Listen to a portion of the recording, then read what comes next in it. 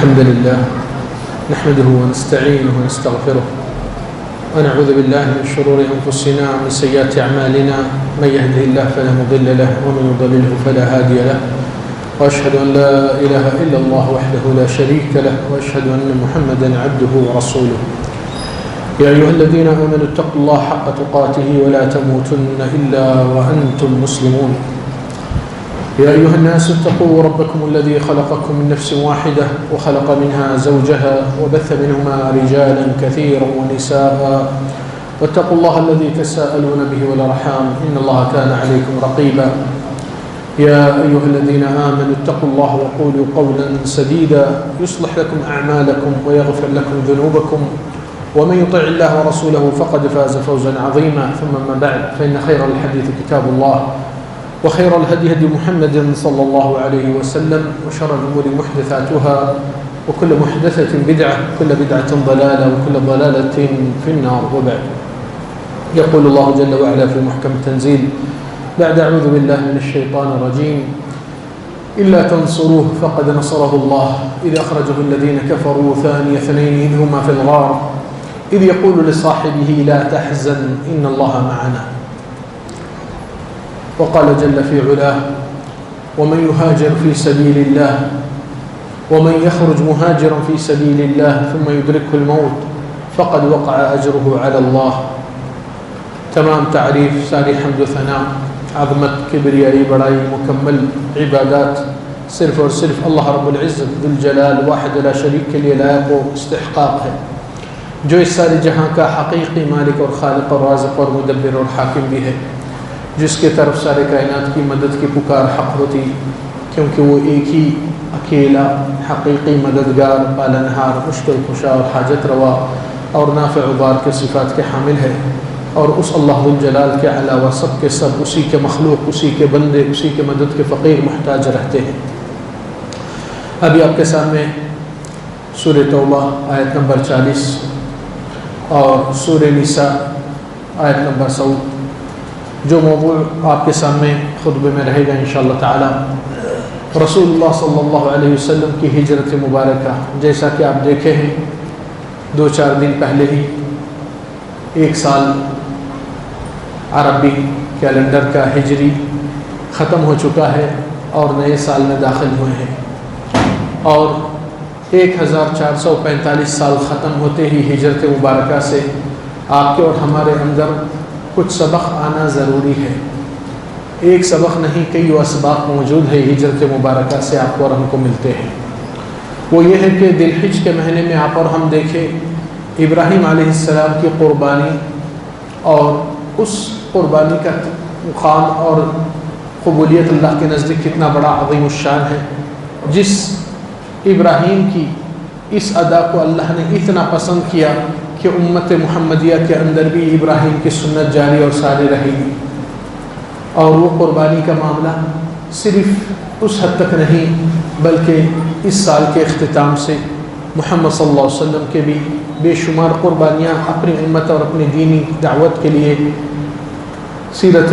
طیبہ میں موجود ہے، مگر ہم صرف 2-3 پوائنٹ اور 2-3 مقامات کے حصے لے کر کوشش کریں گے کہ کافی اسباق کو حاصل کر سکیں۔ سب سے پہلی چیز کہ ہجرت کس کو کہا جاتا ہے؟ ہجرت مائیگریٹ کو کہا جاتا ہے۔ انسان جب سفر کرتا ہے تو سفر کرنے والا اپنے وطن کو واپس لوٹتا ہے، مگر مائیگریٹ ہجرت کرنے والا ہمیشہ کے لیے ایک جگہ کو چھوڑ دیتا ہے، ہمیشہ کے لیے کسی اور دوسری جگہ پر منتقل ہو جاتا ہے، دوبارہ پلٹ کے آنے کا ارادہ ہی نہیں رہتا ہے۔ تو یہ ہجرت رسول اللہ صلی اللہ علیہ وسلم کی جو ہوئی اور صحابہ کرام کی، جس میں ہمیشہ اللہ تعالی صحابہ کرام کی جب تعریف فرماتے ہیں مہاجرین والانصار، ہجرت کی صفت سے تعریف ہو رہی ہے مہاجرین والانصار والسابقون الاولون من المہاجرین والانصار، اور جو ایمان میں سبقت لائے مہاجرین اور انصار۔ ہمیشہ یہ معاملہ غور فکر کرنے کا معاملہ ہے کہ ہجرت کرنا اتنا آسان ڈیسیجن نہیں ہوتا ہے کسی شخص کا کہ جس جگہ پہ پیدائشی، آبائی، کاروباری، ذاتی سب چیز سیٹ اپ اپنی لائف کا موجود مستقل ہے، پھر یہ سارے چیزوں کو ٹھکرا کر چھوڑ کر نکلنا اس طرف رخ کرنا جہاں پر کوئی ان کا ٹھکانہ یا کاروبار یا آبادی یا گھر کچھ نہیں، تو یہ تھوڑا سا انسان کو غور فکر کرنے مجبور کرتا ہے۔ کچھ وقت پہلے پانی کی بارش کی وجہ سے گھروں میں فلڈس آ گئے، یہ گھر والے گھر چھوڑ کر نکلنے کے لیے ٹیمپروری ٹائم کے لیے بھی بہت پریشان حال گزرے تھے، صرف وقتیہ طور کے لیے۔ تو پھر آپ سوچئے محمد صلی اللہ علیہ وسلم جب امت کے لیے ایک بہت بڑا تعلیمی حکم پیش کرتے ہیں کہ اگر کسی جگہ پر کسی مقام پر آپ کی ایمان اور آپ کے دین اور آپ کے اللہ کی بندگی اور عبادت میں کوئی چیز روک تھام کرتی ہے دین کے معاملے میں، ایمان کے معاملے میں، تو ساری دنیا کی قربانی کر دیجئے اور دین کو، ایمان کو بچائیے۔ یہ بہت بڑا اہم سبق ہے۔ آج دنیا کے اندر ہم مشاہدے میں دیکھتے ہیں کہ اکثر لوگ دنیا کے چند پیسوں کی خاطر ایمان کا سودا بیچ کر بے ایمانی پہ چلے جاتے ہیں، وارثین کا حق مار کر ابھی بھی کئی کیس اور جھگڑے کورٹوں میں مختلف چلتے آ رہے ہیں، سگے بھائی بہنوں میں، کسی دور والوں میں نہیں بول رہا ہوں۔ اور یہ کیوں؟ کیونکہ اللہ کا حکم جو آیا ہے، طریقہ کا وراثت کا حصہ اللہ نے بانٹ چکا ہے پہلے سے، مگر کیونکہ یہ شخص کے دل میں دنیا کی بہت زیادہ ترجیح ہے تو دین کی قربانی کر رہا ہے دنیا کے چند پیسے بچانے کے خاطر، اور اس کے اوپر اور بھی ظلم ہوتے ہوئے اپنی رشتہ داری کو کٹ کر لیتا ہے۔ اس سے زیادہ ظلم ایک دوسرے کی غیبت کر لیتے ہیں، اس سے زیادہ ظلم ایک دوسرے کی قتل تک پہنچ جاتے ہیں۔ اللہ محفوظ رکھے۔ یہ حالات واردات موجود ہیں۔ کیوں؟ کیونکہ ہجرت سے ایک سبق نہیں حاصل کری۔ ہمیشہ اگر دین اور دنیا ٹکراتی ہے، دنیا کو ٹھکرانا چاہیے، دین کو نہیں۔ ایمان کو کبھی سودا نہیں کیا جاتا، یہ کمپرمائز کرنے کا پوائنٹ ہے ہی نہیں، اس میں سوچنے کی بات ہی نہیں۔ کیوں؟ کیونکہ مرنے کے بعد اور دنیا میں رہنے کے وقت پہ بھی ایمان اور اللہ کی ساتھداری اگر آپ کو ملتی ہے تو آپ کو کسی قسم کی پریشانی نہیں رہتی باقی، مگر اگر اللہ کی ساتھداری نہیں، اللہ کے خلاف آپ ہو گئے تو اللہ کی سزا سے آپ کو کوئی بچانے والا نہیں۔ لہذا اللہ کے نبی صلی اللہ علیہ وسلم کے بارے میں یہ آیت جو آئی ہے، کیا فرمایا اللہ تعالیٰ؟ اِلَّا تَنْصُرُوهُ، اگرچہ تم اس نبی کی نصرت نہیں کرو گے، فَقَدْ نَصَرَهُ اللَّهُ، اللہ تو فیصلہ کر چکا ہے کہ اس نبی کی نصرت ہوئے گی کسی صورتحال سے، آپ سے یا آپ سے ہٹ کے۔ اِذْ أَخْرَجَهُ الَّذِينَ كَفَرُوا ثَانِيَ اثْنَيْنِ إِذْ هُمَا فِي الْغَارِ، جب کافر لوگوں نے مجبور کر دیا اور یہ چیز ہجرت دین کے بچاؤ میں نکل چکے ہیں، تو رسول اللہ صلی اللہ علیہ وسلم غار ثور میں پناہ لیے۔ غار ثور مکہ کے جنوب میں ہے، یعنی کہ رسول اللہ صلی اللہ علیہ وسلم مکہ سے اگر مدینہ جانا چاہتے ہیں تو نیچے مکہ ہوتی ہے، اوپر شمال میں نارتھ میں مدینہ رہتی ہے، تو رخ اوپر جانے کا رہتا ہے۔ مگر کیونکہ دشمنان اسلام اس وقت نبی کے طاق میں اس حد تک ہو گئے تھے کہ بہت سے بڑا لالچ کا انعام رکھا گیا کہ جو بھی محمد صلی اللہ علیہ وسلم کو زندہ یا قتل کر کے لے آئے اس کے لیے 100 سرخ اونٹ ملیں گے۔ اس زمانے میں یہ دولت کی خواب و خیال میں کسی کی نہیں تھی، تو پوری دنیا ٹوٹ پڑی ہے اس دنیا کے خاطر، اس لالچ کی خاطر۔ تو نبی صلی اللہ علیہ وسلم اسباب دنیاوی اختیار کیے ہیں، یعنی کہ آپ مدینہ کے طرف ڈائریکٹ رخ لینے کے بجائے 3 دن نیچے چلے گئے، یمن کے طرف کا راستہ ہے جنوب میں، وہاں غار ثور میں 3 دن پناہ لیے۔ اور جس غار میں آپ موجود تھے، یہاں قرآن کا تصویر اور منظر وہی حال کا ہے۔ جو لوگ کہتے تھے کہ غار کے اوپر مکھڑی جال ڈالی تھی، کبوتر تھا، یہ کچھ روایتوں میں صحیح اور درست نہیں، یہ سارے ضعیف اور موضوعات احادیث میں ہیں۔ غار ویسے ہی کھلا تھا اور نبی صلی اللہ علیہ وسلم ابوبکر کے ساتھ وہیں پناہ لیے تھے۔ اتفاق سے مکہ کے اکابر لوگ جو آرڈر پاس کیے ہیں نبی کے قتل کا، وہ لوگ خود اپنے گھوڑوں پہ رفتار کرتے ہوئے یہاں تک آ کے ٹھہرے ہیں۔ اس غار کے سامنے جیسا ٹھہر گئے، ابوبکر صدیق رضی اللہ عنہ جو نبی کے ساتھی تھی بہت خوفزدہ ہو گئے کہ نبی صلی اللہ علیہ وسلم کی جان یہاں تک خطرے میں آ گئی، میں بچا سکوں گا نہیں بچا سکوں گا، یہ بہت فکر اور ٹینشن ہے اس صحابی رضی اللہ عنہ صدیق امت کو۔ تو رسول اللہ صلی اللہ علیہ وسلم سے کہہ رہے ہیں، یا رسول اللہ واللہ لو ابصر احدهم موضع قدمیہ لرآنا، اللہ کے نبی اگر کوئی ان میں سے اپنے خود کے قدموں کو دیکھ لے تو ہم ان کے ویژن میں دکھ جاتے ہیں۔ کیا مطلب کہ یہ لوگ جب آئے گھوڑے کی سواری پہ ہیں، انسان گھوڑے کی سواری پہ جب بیٹھتا ہے تو اس کے پیر گھوڑے کے پیٹ تک پہنچتے ہیں، اور وہ لوگ اترے نہیں اپنے گھوڑے سے، مگر گھوڑے پہ ہی سوار تلاش کر رہے ہیں یہاں وہاں اونچی جگہ سے۔ تو رسول اللہ صلی اللہ علیہ وسلم کو ابوبکر یہی بتائے کہ اگر وہ اپنے پیروں کو دیکھ لے تو ہم نظر میں آ جاتے ہیں۔ تو رسول اللہ صلی اللہ علیہ وسلم اس وقت صدیق امت کے اس ڈر خوف کو، اس پریشانی کو دیکھ کر نبی صلی اللہ علیہ وسلم یہی تصویر قرآن میں آئی، اذ اخرجہ الذین کفروا ثانی اثنین اذ ہما فی الغار اذ یقول لصاحبہ، جب وہ اپنے ساتھی سے کہہ رہا ہے لا تحزن، پریشان مت ہو، غمزدہ مت ہو، ٹینشن مت لو، کیوں؟ ان اللہ معنا، اللہ ہمارے ساتھ ہے۔ اللہ کی ساتھداری معمولی چیز نہیں ہوتی ہے، مگر لوگ اس کے اوپر یقین نہیں کرتے ہیں، اللہ ماشاءاللہ بہت کم لوگ۔ اور یہاں پر 2-3 نقاط ہیں۔ سب سے پہلی چیز کہ جان محمد صلی اللہ علیہ وسلم کی خطرے میں ہے، اور ڈر خوف ابوبکر صدیق کو ہو رہا ہے۔ آج ہماری امت کے اندر کتنے محمد صلی اللہ علیہ وسلم کی امتی کے لوگ ہیں جو سنت کی بگاڑ کو بدعات خرافات میں بدل رہی سو دیکھ کر ان کے اندر کسی کو تبدیلی غیرت آئی، کسی کو اس چیز کی فکر ہوئی کہ امت اتنے خرافات میں ہے، ہمارے ہی رشتہ دار، ہمارے ہی پڑوس، ہمارے ہی بستی والے وہ لوگ شرک بدعات میں ملوث ہیں۔ یہ چیز کا خوف نبی صلی اللہ علیہ وسلم کی رسالت کا ہمارے اور آپ کے اندر یہ قسم کی نصرت پیدا کرنا چاہیے اللہ کے نبی کی دعوت کی۔ آج بھی اللہ رسول کی اس دعوت کی نصرت کرنا آپ پر اور ہم پر ایک فریضت ہے۔ ایسا نہیں کہ ہم نماز پڑھ لیے، روزہ رہ گئے، فلان موحد ہو گئے، ختم نہیں۔ اس معاملے کو آگے تک بڑھانا اور سنبھالنا اور اس کی تحفظ کرنا، یہ چیز کو ابوبکر صدیق جو خوف زدہ ہوئے، اللہ کے نبی جس کی جان خطرے میں ہے وہی ان کو تسکین قلب اور اطمینان بخش کر رہے ہیں۔ یعنی کہ اللہ کے نبی صلی اللہ علیہ وسلم کے جملے میں غور کرنے کی بات ہے۔ جو آج لوگ امت کی ایک گمراہ فرقت جو ضلالت اور جہالت میں آل بیت کی محبت کی دعویٰ سے غم و ماتم اور نہ جانے کتنے خرافات پیدا کرتے ہوئے اس ماہ میں اور دیگر دنوں میں بھی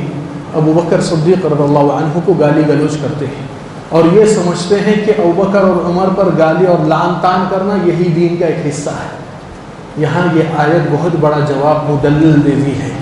مدلل جواب کیا ہے کہ جس وقت رسول اللہ صلی اللہ علیہ وسلم ابوبکر صدیق کو تسکین قلب دے کر فرمائے لا تحزن، غمزدہ پریشان مت ہو، یہ نہیں کہے رسول اللہ صلی اللہ علیہ وسلم ان اللہ معی، اللہ میرے ساتھ ہے اکیلے، نہیں، ان اللہ معنا، میرے اور آپ کے ساتھ ہے۔ تو اللہ تعالیٰ کی ساتھداری نیک صالح اولیاء کے ساتھ ہوتی ہے۔ کوئی ظالم، کوئی غلط آدمی، کوئی برا انسان کے ساتھ اللہ کی ساتھداری نہیں ہوتی ہے۔ اور اللہ تعالیٰ یہ تعریف کا لفظ جو قرآن میں موجود ہے تا قیامت، آیت نمبر 40 سورہ توبہ، ان اللہ معنا، اے ابوبکر آپ کے اور میرے ساتھ اللہ ہے۔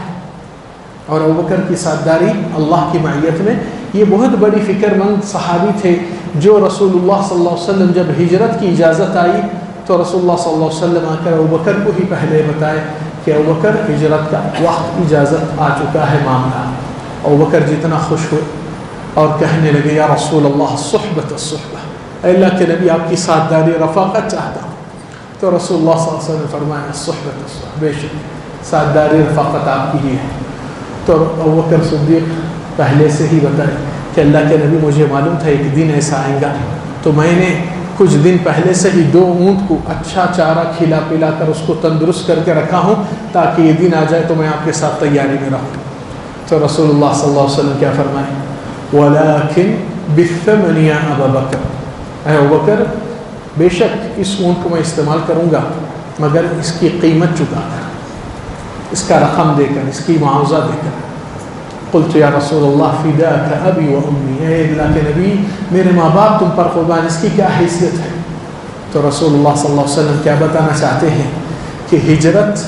دین اسلام کی اور ایمان کی خاطر ایک چھوٹا سا عمل نہیں، بہت بڑا عمل ہے۔ زندگی کے اندر جب انسان ہجرت کرتا ہے کفر سے ایمان تک، برائی سے نیکی تک، شر سے خیر تک، یہ سب سے بڑی ہجرت ہے جو آپ کو اور ہم کو اپنے دلوں میں ہجرت کرنا چاہیے، شرک سے توحید تک، بدعات سے سنت تک، یہ بھی ضرورت ہے۔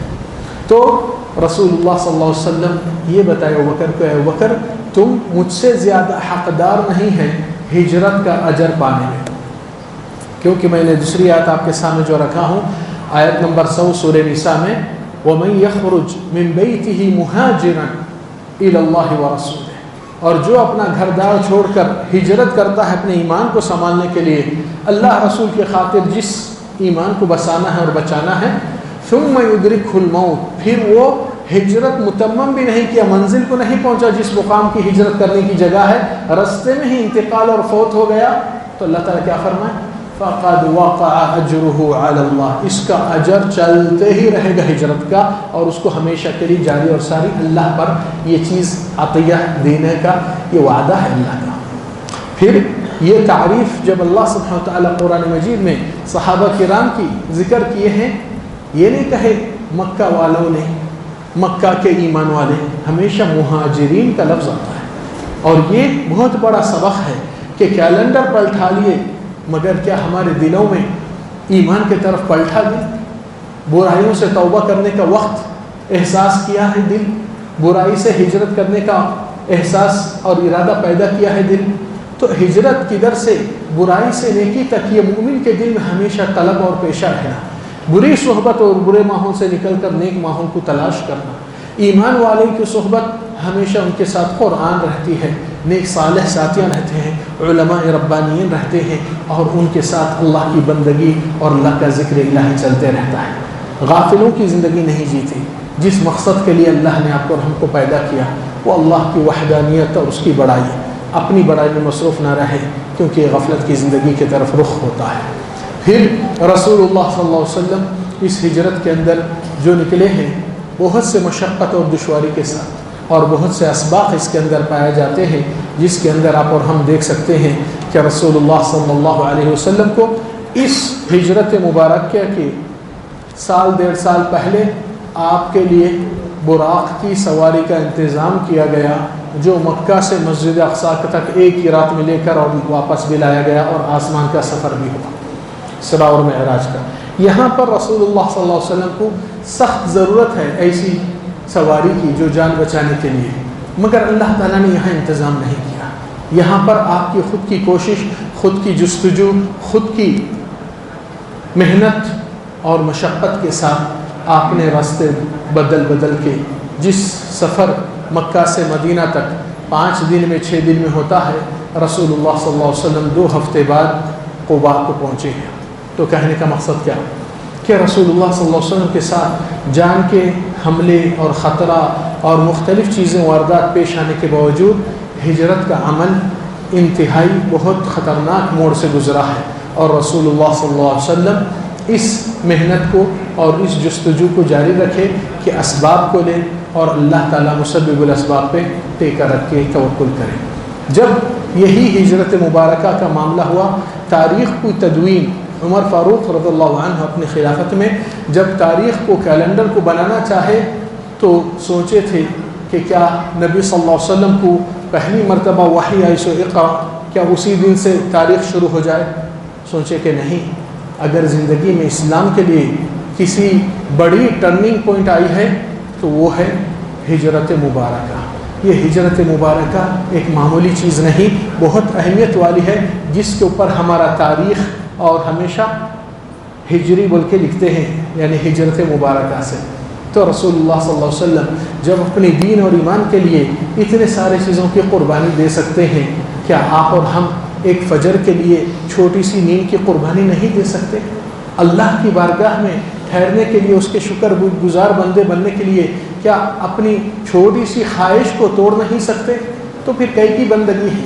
یہ خواہشات کی بندگی ہو گئی جس میں انسان اپنی خواہش پرستی کو پوری کر رہا ہے، اللہ کی بندگی کو بعد میں دیکھا جا رہا ہے۔ یہ بندگی نہیں، یہ گندگی ہے، معاف کرنا۔ اس لیے ایمان والے احساس کرنا چاہیے کہ شرم آنا چاہیے کہ صبح صبح رزق کے لیے اٹھ سکتے ہیں، رزاق کے لیے نہیں ٹھہر سکتے ہیں۔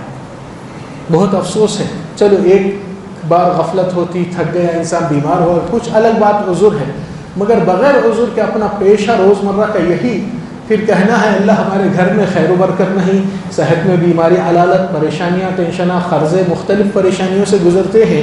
یہ قل هو من عند انفسکم، کہہ دیجئے تمہارے خود کی کرنیوں کی وجہ سے۔ یہاں پر آپ اور ہم دیکھنا چاہیے کہ قربانی دین کی اعزاز اور امت مسلمہ کی اعزاز دلانے والی ہے۔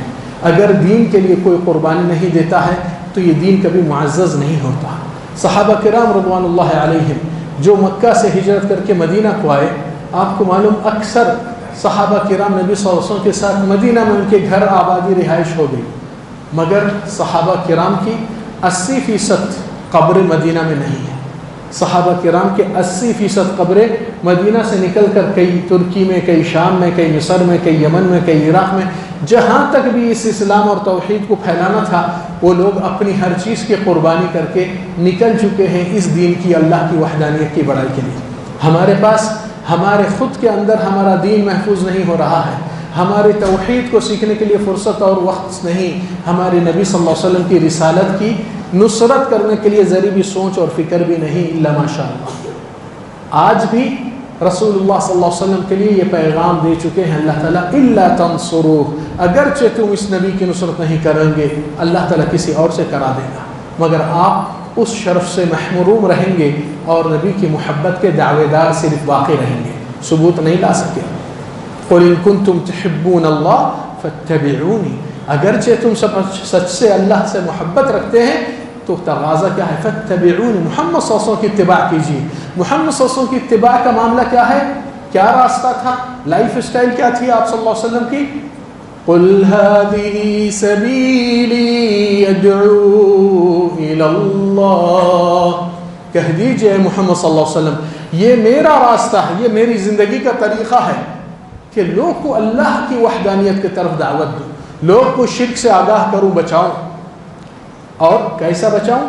میرا راستہ کیا ہے؟ نبی کا راستہ یہ ہے کہ لوگ کو اللہ کی دین کی طرف، اللہ کی وحدانیت کی طرف لے آؤں، علی بصیرہ، علم کی روشنی سے، یعنی کہ دین کا علم سیکھ کر وہی سیکھنے کے بعد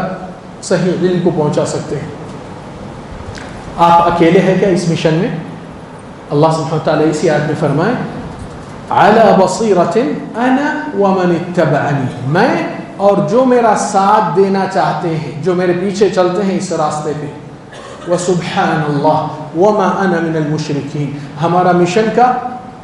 مینیفیسٹ کیا ہے؟ سب سے پہلے اور سب سے آخر ہماری فکر کیا ہے کہ شرک کرنے والوں میں سے ہم نہیں رہیں گے اور نہ رکھیں گے۔ اس زمین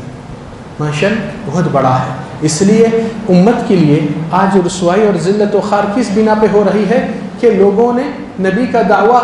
محبت کا کیا ہے مگر نبی کے راستے پہ چلنے سے روگردانی اختیار کیا ہے، شیطان کو دشمن مانے مگر شیطان کی چال و چلن پہ گئے، خواہشات کو نیچے رکھنے کے بجائے اللہ کی بڑائی کرتے ہوئے اللہ کی بڑائی کو نیچے کر دیے، دنیا کی خواہشات کو بڑا بنا دیے۔ اس لیے رسوائی کا معاملہ الا تنصروہ فقد نصرہ اللہ، ان تنصروا اللہ ینصرکم ویثبت اقدامکم، اگرچہ تم اللہ کی نصرت مدد کرو گے اللہ تعالیٰ آپ کی مدد اور نصرت کرے گا اور آپ کو زمین پر مضبوطی اور ثابت قدمی عطا فرمائے گا۔ مگر معاملہ کیا ہے کہ ہر کوئی مشغول مصروف ہو گیا اپنی خود کی دنیا میں، فکر میں کھا لیا اچھا، پہن لیا اچھا، آرام سے سویا، میری گاڑی، گھر، بچے، بس محدود ہو گئے۔ دین کا حق کہاں جائے گا؟ دین کی فکر کس کو ہوگی؟ آپ سوچئے مت کہ آپ کی ذمہ داری نہیں، یہ آپ کی ذمہ داری رہے گی۔ اور اللہ تعالیٰ فرمائے وقفوہم، ان کو ٹھہرا کر روک دو۔ کیوں ٹھہرانا ہے؟ قیامت کا ٹھہراؤ روکنا کس لیے ہے؟ انہم مسئولون، آپ مسئول ہے، ذمہ دار تھے، کیا آپ نے یہ ذمہ داری نبھایا؟ ما لکم لا تناصرون، آج ایک دوسرے کی مدد اور نصرت کیوں نہیں کر سک رہے ہیں؟ بل ہم اليوم مستسلمون، اللہ تعالیٰ فرمائے آج اللہ کی سزا کے لیے سرنڈر ہو چکے ہیں، ختم، معاملہ آپ کے ہاتھ میں نہیں رہا۔ اب ہاتھ میں جو موقع ہے اس کو غنیمت جان کر اسی کام پہ لگ جائیے جس کام کو اللہ نے آپ کو، ہم کو آرڈر دیا۔ آرڈر الگ چیز ہوتی ہے، چوائس اور اختیار الگ چیز ہوتا ہے۔ آپ کو یہ نہیں کہا کہ چاہے تو دعوت دو، نہیں، آرڈر آیا ہے ادعو الی سبیل ربک بالحکمت والموعظۃ الحسنہ، آپ اللہ کے دین کی دعوت کو جاری رکھو، اور دعوت کا معاملہ صرف کہنے سے نہیں بلکہ اس سے زیادہ آپ کے اندر حسن سلوک اور اسلامی معاملہ داری پیش آنا۔ یہود و نصارہ، ہندو کفار، یہ لوگ اپنی قرآن نہیں پڑھتے ہیں، نہ نبی کی سیرت پڑھتے ہیں، نہ نبی کے حدیث پڑھتے ہیں، مگر یہ لوگ ضرور آپ کو اور ہم کو ریڈ کرتے ہیں کہ ہم بات میں سچے ہیں، وعدے میں نبھانے والے ہیں، کاروبار میں دھوکہ دہی تو نہیں کرتے ہیں، ایمانداری سے معاملہ ہے۔ یہ خود ایک پیغام ہے امت مسلمہ کے اندر، سچ اور اخلاق اور دیانتداری اور ایمانداری یہ صفات ہیں، جو اس صفات سے امت کے آج نوجوان ماں باپ کے ساتھ بھی وہ بدسلوکی کرتے ہوئے بدتمیزی دکھا رہے ہیں، تو کوسی عزت، کوسی کامیابی نصیب ہو سکتی ہے۔ سوچنے کی بات ہے کہ اللہ کی قسم اگر ایمان والے اگر اس ذمہ داری کو نہیں نبھائیں گے تو اللہ تعالیٰ ایک بہت شدید وعید دھمکی بھی دے چکے ہیں۔ وَإِن تَتَوَلَّوْا، اگر تم لوگ اس دین کی ذمہ داری اٹھانے سے روگردانی کریں گے، اپنے آپ کو غیر ذمہ دارانہ رویہ اختیار کریں گے، يَسْتَبْدِلْ قَوْمًا غَيْرَكُمْ، اللہ تعالیٰ تم کو مٹا کر کسی اور قوم کو لائے گا، ثُمَّ لَا يَكُونُ أَمْثَالَكُمْ، تمہاری طرح سست اور کاہل اور غیر ذمہ دار نہیں رہتے ہیں، وہ لوگ دین کو نبھانے والے رہتے ہیں۔ پھر دوسری آیت میں بھی سورہ توبہ میں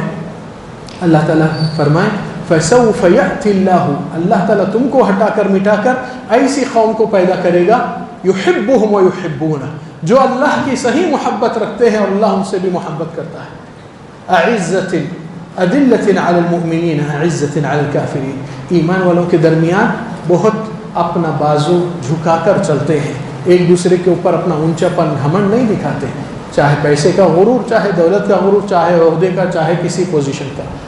اذلۃ علی المؤمنین، ایک دوسرے کے لیے بہت تواضع اور بہت ہمبل رہتے ہیں۔ اعزۃ علی الکافرین، کافروں کے ساتھ اپنی ایمانی فوقیت اور اعزاز فیل کرتے ہیں کہ ہم یہ لوگ سے بہتر ہے، اس لیے کہ یہ لوگ جہالت اور کفر میں ہیں، ان کو بھی ہم پہنچائیں گے نیکی کی طرف۔ یہ معاملہ ہماری اور آپ کی زندگی کا ایک بہت بڑا حصہ ہے جس کو ہم اور آپ ترک کر کے غافل ہو چکے ہیں۔ دوسرا حصہ کہ ہم دین کے لیے قربانی کا جذبہ اگر نہیں رکھیں گے تو دین کی اعزاز کبھی نہیں ہوگی۔ صحابہ کرام رضوان اللہ علیہم جو محنت اور جستجو کرے قربانی کیے، یہ چھوٹی سی چیز نہیں، ہر ایک کی سیرت دیکھیے۔ ایک چھوٹا سا واقعہ دو میں بتاتا ہوں، اس سے آپ کو احساس ہوگا کہ یہ قربانی کا معاملہ اور جذبہ کہاں تک تھا۔ یہ بھی ایک دور میں کفار قریش میں سے ہی شامل تھے، انہی کی اولاد، انہی کی نسل بت پرستی سے باپ دادا سے کرتے آئے۔ ایک جنگ ہو رہی ہے، اس جنگ کے اندر ایک صحابی مشرکین سے، مکہ والوں سے مقابلہ ہو رہا ہے۔ یہ صحابی مشرکین کی صف میں دیکھ کر کسی مشرک کو ہمیشہ شناخت کرتے ہوئے، اس سے بچنے کی کوشش کرتے ہوئے، یہ صحابی، جنگ کا میدان کھلا ہے، اگر وہ مشرک وہاں سے آ رہا ہے تو یہ صحابی ہٹ کر دوسری طرف سے جا کے لڑتے ہیں، تو وہ مشرک ان کی طاق میں ادھر سے کوشش کرتا ہے تو یہ ہٹ کر یہاں سے لڑتے ہیں۔ مگر آخر میں کیا ہوا؟ آخر میں آمنا سامنا ہو گیا۔ یہ مسلمان مومن جو تھا یہ ڈرے ہوا نہیں تھا وہ ہستی سے، مگر جیسا آمنا سامنا مقابلہ ہوا، اس مومن نے اس کا سر قلم کر دیا، قتل ہی کر دیا۔ یہ ان کے سگے والد تھے۔ یہ صحابی سوچ رہا تھا کہ اگر انہوں جان بچا لے تو شاید اسلام کی دعوت پہنچی تو ایمان والے بن جائیں گے، مگر وہ باپ ضد میں تھے کہ یہ نالائق اولاد کو میں قتل کر دوں گا، اس طریقے کا تصور تھا ان کے ذہن، تو وہ اس کے طاق میں تھے اور یہ ان سے بچ رہے تھے۔ جب مقابلہ ہوا تو والد کا سر قلم نہیں کہا، کفر کا سر قلم کیا۔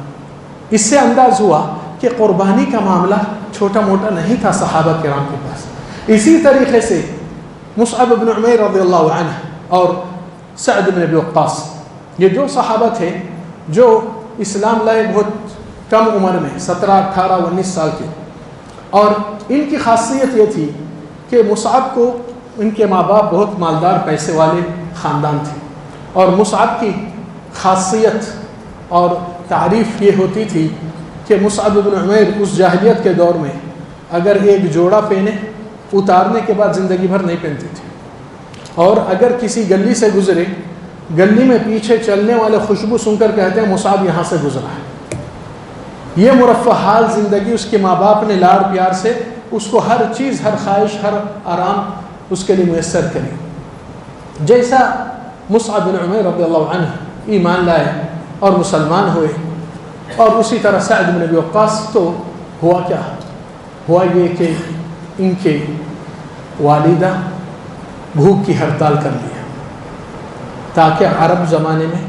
سب کے سامنے اسلام کو بدنام کیا جائے۔ کیوں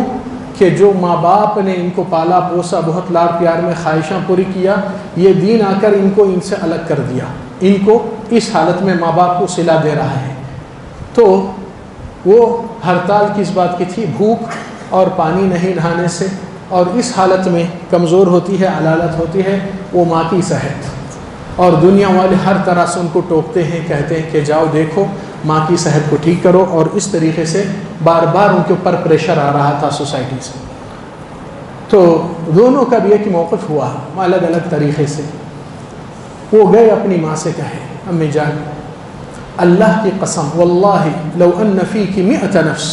اگر آپ کے جسم میں ایک جان نہیں 100 جانیں ہیں، وخرجت واحدة تلو الأخرى، ایک جان کے بعد ایک جان میرے آنکھوں کے سامنے نکلتے جاتی ہے، اور تم کہیں گے یہ دین چھوڑو، اللہ کی قسم میں یہ دین چھوڑنے والا نہیں، تو آپ کھاؤ پیو اپنی نارمل زندگی میں آ جاؤ۔ صحابہ کرام اپنے ماں باپ کی قربانی اس حد تک دینے پر اللہ تعالیٰ کیا فرمائے جانتے ہیں؟ محمد صلی اللہ علیہ وسلم کے آنسو ٹپک گئے اور رونا لگ گیا محمد صلی اللہ علیہ وسلم کو، جب مصعب بن عمیر کی قبر کرنے آئے جنگ احد میں، اور شہداء احد جو مدینہ کو جاتے ہیں، جنگ احد کے شہیدوں میں مصعب بن عمیر وہیں پر ہے، 70 صحابی میں۔ نبی صلی اللہ علیہ وسلم جب ان کی قبر پہ ٹھہرے، آنکھوں سے آنسو آ گئے اور کہنے لگے اللہ کی قسم یہ نوجوان اتنا نرم خوشحالی زندگی میں تھا، اب اس کو کفن برابر نہیں ہو رہا ہے، سر ڈھانپ رہے تو پیر نکل رہے، پیر ڈھانپ رہے تو سر نکل رہا، اس کو زندگی کی نفائس امور اور لائف لگژری قربانی کر کر یہ سب چھوڑ کر آ گیا ہے، سب چیز سے محروم ہو گئے تو پرواہ نہیں، مگر ایمان تو باقی رہا نا، یہی تو کامیابی ہے آپ کی اور ہماری۔ مگر جب ایمان چلا جا رہا ہے اور آپ کو کوئی پرواہ نہیں، تو سوچئے کہ آپ کی زندگی کے اندر آپ کے لیے خطرہ لاحق ہے، دنیا میں بھی آخرت میں۔ تو صحابہ کرام کا یہ عمل تھا۔ تو رسول اللہ صلی اللہ علیہ وسلم وہاں پر جب آنسو ٹپکے اس صحابی کی موت پر، جو کہ اسلام کے بھی پہلے سفیر تھے، تو اللہ تعالیٰ قرآن مجید میں آیت نازل فرمائے، من المؤمنین رجال صدقوا ما عاهدوا اللہ علیہ، ایمان والوں میں ایسے مرد حضرات بھی ہیں جس نے اللہ کے ساتھ جو عہد و پیمان دیا اس کو پورا نبھایا۔ فَمِنْهُمْ مَنْ قَضَى نَحْبَهُ وَمِنْهُمْ مَنْ يَنْتَظِرُ، کوئی اپنی جان تک قربانی کر دیا ہے اور کوئی انتظار کر رہا ہے کہ میں کب نبھاؤں میرے رب کے لیے۔ وَمَا بَدَّلُوا تَبْدِيلًا، اللہ کی اس اگریمنٹ سے کبھی ایک قدم پیچھے نہیں ہٹے۔ جب اللہ کے ساتھ سودا کریں تو پورا نبھاؤ، جب اللہ کو کہے کہ آپ اللہ کے بندے ہیں، آپ کلمہ پڑھنے والے ہیں، تو کلمے کا حق تو نبھاؤ۔ بے دردی سے ہمارے اسلام کے ساتھ بہت افسوس اور دکھ ہوتا ہے کہ اسلام کی رسوائی کسی باہر والوں سے نہیں، خود اپنے مسلمان بھائی بہنوں سے جو لاپرواہی سے ذمہ داری نہیں اٹھا رہے ہیں۔ ایک آخری بات ذہن میں رکھیں، رسول اللہ صلی اللہ علیہ وسلم فرمائے، انا وکافل الیتیم فی الجنۃ کہاتین، میں اور یتیم کی کفالت کرنے والا جنت میں ہم اس طرح ہیں۔ آج ایک دعوت دے رہا ہوں میں آپ سب کو کہ ایک یتیم کی کفالت کرو، اور یہ یتیم کے ماں باپ زندہ ہے۔ آپ پریشان ہوں گے کہ یتیم کیسا ہوا جب ماں باپ زندہ ہے؟ ہاں، اس کے ماں باپ زندہ ہیں، مگر کفالت کی ضرورت ہے۔ یہ ہمارا اور آپ کا دین اسلام ہے، وہ زندہ ہے مگر آپ لوگ اور ہم اپنے دل سے مردہ ہو چکے ہیں۔ یہ یتیم کی کفالت کی ضرورت ہے آج کے دور میں۔ بہت دکھ سے کہنا پڑ رہا ہے، آپ کے ہی دین اسلام کے لیے آپ سے ہی بھیک مانگنا پڑ رہا ہے۔ اللہ سے ڈرو، اور اگر زندگی میں اللہ کا تقوی ڈر پہلا اہمیت والا ایمان کا سودا نہیں ہے آپ کا، تو باقی کے سودے کچرے کے ہیں۔ اگر دن کا وقت آپ کا نمازوں سے جڑا ہوا نہیں تو باقی کے آپ کے کاروبار سارے بیکار بکواس ہیں۔ اہمیت آپ کی بندگی سے ہوتی ہے، مقام آپ کا سچی بندگی، جتنا اللہ کے سامنے اپنا کو جھکا کے اللہ کے حکم کو آرڈر کو عمل میں لیتے اتنا آپ معزز بن سکتے، مگر اپنے موبائل گاڑیوں سے نہیں، جھوٹی زندگی سے بچو، اللہ سے ڈرو، اللہ کے دین کا حق نبھاؤ، رسول اللہ کی سنت کی نصرت کرو، توحید کو شائع کرو، شرک کو مٹاؤ، اللہ تعالیٰ کے رسول کے راستے کو چنو، تاکہ وہی راستے میں محمد صلی اللہ علیہ وسلم آپ سے آخر میں ملنے والے ہیں۔ اللہ تعالیٰ سے دعا ہے کہنے سے زیادہ کرنے کی توفیق عطا فرما. اقول ما تسمعون واستغفر الله العظيم لي ولكم من كل ذنب فاستغفروه انه هو الغفور الرحيم.